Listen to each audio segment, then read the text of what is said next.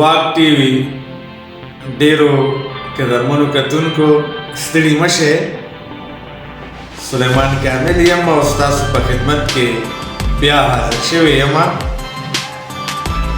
نن چې تاسو سره د کوم شاعر ملاقات کول غواړم، د هغوی نوم دی ښاغلی ګلزار علي ګلزار.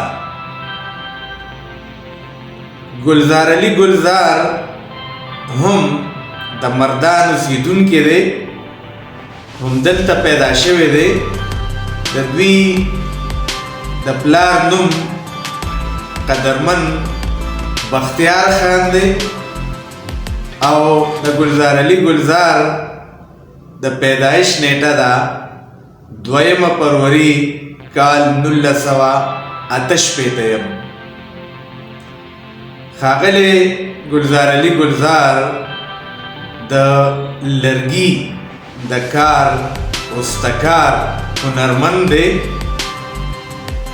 دغه شان دغه یې د روزۍ ګټلو وسیله هم ده.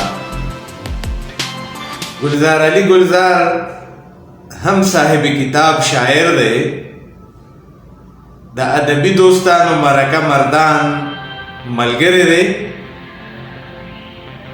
او ښه سړی هم دی، خوږ انسان هم دی. نن یې زه تاسو سره 2 مختصر کلامونه شریکومه چې لوپټه ستانه د سر راکاږي، وخت مې په غنو زړه ځیګر راکاږي. چې لوپټه ستانه د سر راکاږي، وخت مې په غنو زړه ځیګر راکاږي. هغه چې ځان به یې په ګوته سنډه، ځان پسې خاورو کې څادر راکاږي. په لوګو تور شو خو بدرنګه نه شو، زړه مې د حسن پېښور راکاږي. خدایا د امن پرښتې کوزې کړې، هر سړی میانځ کې لمون شر راکاږي. پښتانه ښکلي د هر چا نه ښکلي، د سړي زړه په یو نظر راکاږي. د پښتونخوا د بڼ طوطي یم، څوک مې سکروټې په وزر راکاږي. ګلزاره خوند نن غزل کې نشته، دوستان د لاس د داد په سر راکاږي. هغسې خاورې یمه سره نه شومه، عمر نه بد یم چاته ښه نه شومه.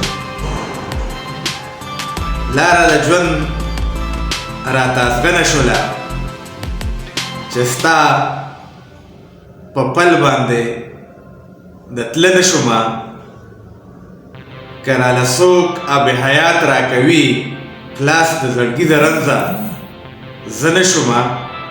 چې پیدا شوې زه له خاورو یم، مالک د خپل خاورین کاله نه شومه. هغه چې ما به ځایولې زړه کې، زه د هغې سترګو رانجه نه شومه. ما رانیول د مینې ټک لاسونه، د زړه نه پرېوتم د زړه نه شومه. بیا یې لوظونه د راتلو کړي دي، بیا ګلزار ویښ یمه اوده نه شومه. د بل غزل کې وایي ستا د مینې داوګیر یم، زه په تا پسې زهیر یم. ستا د مینې داوګیر یم، زه په تا پسې زهیر یم. د لیلا د جبین خال یم، د مجنون د خوب تعبیر یم. د غیرت او مینې ډک یم، زه د امن یو سفیر یم. د هر چا نه مینه غواړم، ځکه هر ځای کې په ویر یم.